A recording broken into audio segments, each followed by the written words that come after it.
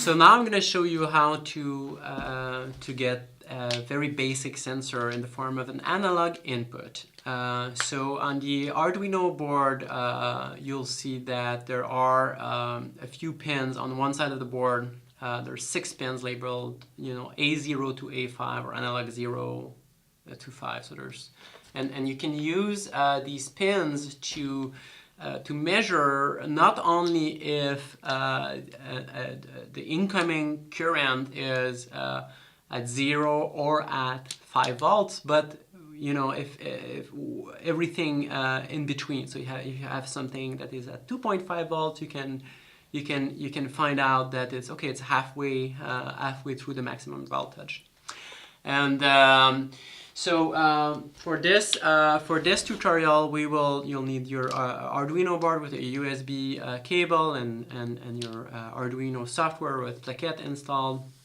and you will also need an LED, a 330 ohms resistor, a potentiometer, and that's it. So as a start, we'll start with just creating this little circuit that we're going to use for the potentiometer. So I'm going to explain very quickly a basic principle of electronics that's fairly simple to understand. It's called a voltage divider. So if you have a circuit that has 2 resistors, and one of them is, so on one side is connected to ground, and the other side is connected to, for example, 5 volts, some positive voltage. Then, and here you have the resistance, let's call it R1, and R2 is the resistor that's on the side of the ground. So if you have this kind of a circuit, then here in the middle between those 2 resistors, the voltage, we can know what the voltage is going to be, and there's a very simple formula. The voltage will become sort of a proportion of the resistor. So the voltage we'll have here is going to be equal to 5 volts, which is our input voltage, times R2, which is this resistor here, divided by the sum of R1 plus R2. Okay, so it's a really a proportion. So for example, if I have here a resistor that would be 1 kilo ohm, and on the other side I have a resistor that's 2K, then if I take the sum of these two, I'll have a voltage of 5 times 1 plus 2, 3, and R2 is 1. So I'll have basically 1/3, like the voltage here will be equal to 1/3 of 5 volts. I don't know what it is exactly, but like it's going to be basically 5/3 of a volt. So if I increase the resistor here, R2, if I increase it, it's going to increase the voltage. If I decrease it, it's going to decrease it proportionally.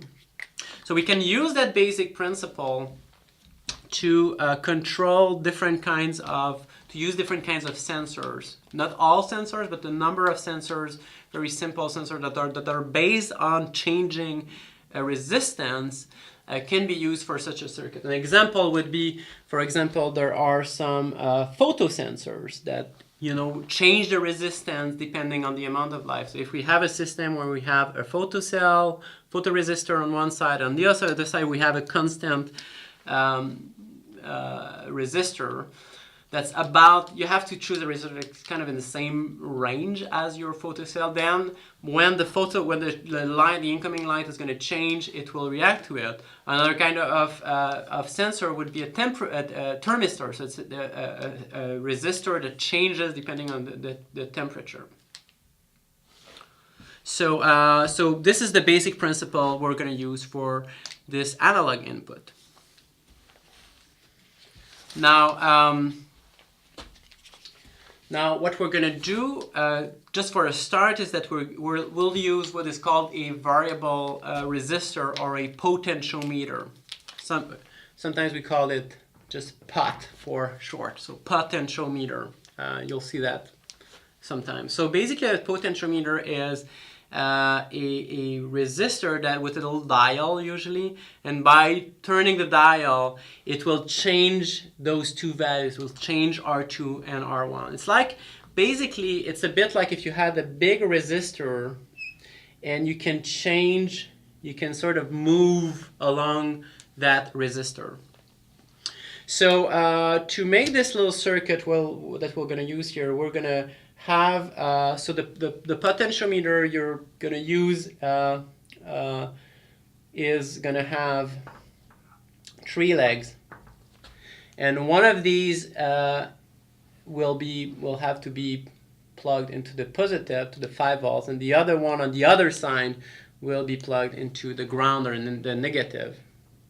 And here in the middle, we'll have basically according to this little principle, we'll have a value that will be between 5 volts and ground as we change as we turn the dial. And this little egg here is going to be plugged into the Arduino. So for example, in the analog pin number 0, you need to plug it into one of the analog pins. They're different than the other pins. There are 14 pins on the large side of the Arduino. Those are just for input outputs that have just for inputs and outputs and inputs that are binary, that are digitals. If you want to use the analog inputs, you'll need to use one of those analog input pins. So if we look at our schematics, we have our potentiometer here. One side is plugged into ground, the other side is plugged into 5 volts, and the middle branch here is going to be hooked into or wired to one of the analog pins. I will choose the analog pin 0, but it could be, any of those. And here if we come back to our Plaquette script, we will create an analog input potentiometer, and I will, for me, like I said, put it to A0. And this is how in Arduino you will sort of differentiate between the pin number 0, for example, and the pin analog 0 is with a little capital A in front of it. So you could use A0, A1, A2, up to A5. So I have my potentiometer here, and just for fun, we'll just have a look first just at the values by sending that value to the serial. So in the step here, I'm just going to go POT to serial, and basically I'll take whatever value comes in and send it to the serial output. Now if you do that, you upload this code, and then you switch on the serial plotter. As you turn the potentiometer, you should see the values changing. At this point, you don't need this analog LED, sorry.